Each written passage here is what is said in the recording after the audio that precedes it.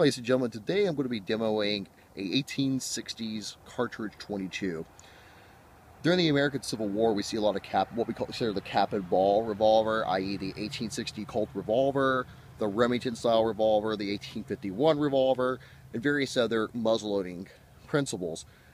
During the mid-19th century, the Smith & Wesson Company contracts with the Volcanic Firearms Company to start creating cartridge firearms. The cartridge firearm was the most important innovation in firearm history because today every gun we fire is a cartridge firearm. This model actually is a Allen and Wheelock 22 short. Most Civil War era cartridge guns that are revolver are either in 22 or 32, with other varied calibers depending on manufacturer, i.e. the pinfires coming from Europe. But by and large, this is a 22 short. Today's ammo will be a 22 short blank by CCI. I will note now that unless your gun is properly lined on, do not live fire original antique firearms. They're okay to blank fire because there's no actual pressure going on in the back. To load it would require the user to pull this pin, pressing this lever to drop the cylinder. I actually already have the cylinder loaded. It's a single action revolver, so the operator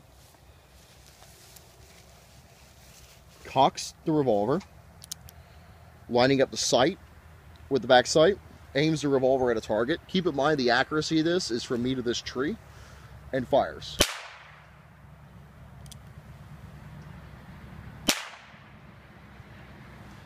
Alright, ready? Yep. Alright. So after you have fired this revolver, as with many 19th century cartridge guns, first you will push this lever and pull the pin, easing the hammer slightly back because the hammer acts as a lock. Now, to unload it, it's actually a little slow and cumbersome. You take the extractor and hand push each round out of the cylinder. However, the advantage is once you've done that, unlike a muzzleloader, you can quickly reload this rapidly and refire your gun. So would you consider this to be the Glock or the Kel-Tec of its day? Let's go with the Kel-Tec. A lot of 22s were very low end. Smith & Wesson having the better one. There are a lot of knockoffs on the market. This is one of them. Allen & Wheelock was producing knockoffs of a lot of the Smith & Wesson contracts. At the time of the American Civil War, these sold for about $2 to $5.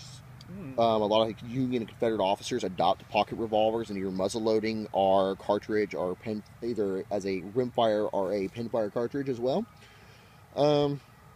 So the originals of these can be picked up between sometimes as low as $60, as high as up to $700 to $800 depending on condition. Smith & Wesson's being the high end, these being on the lower end of the collector's market.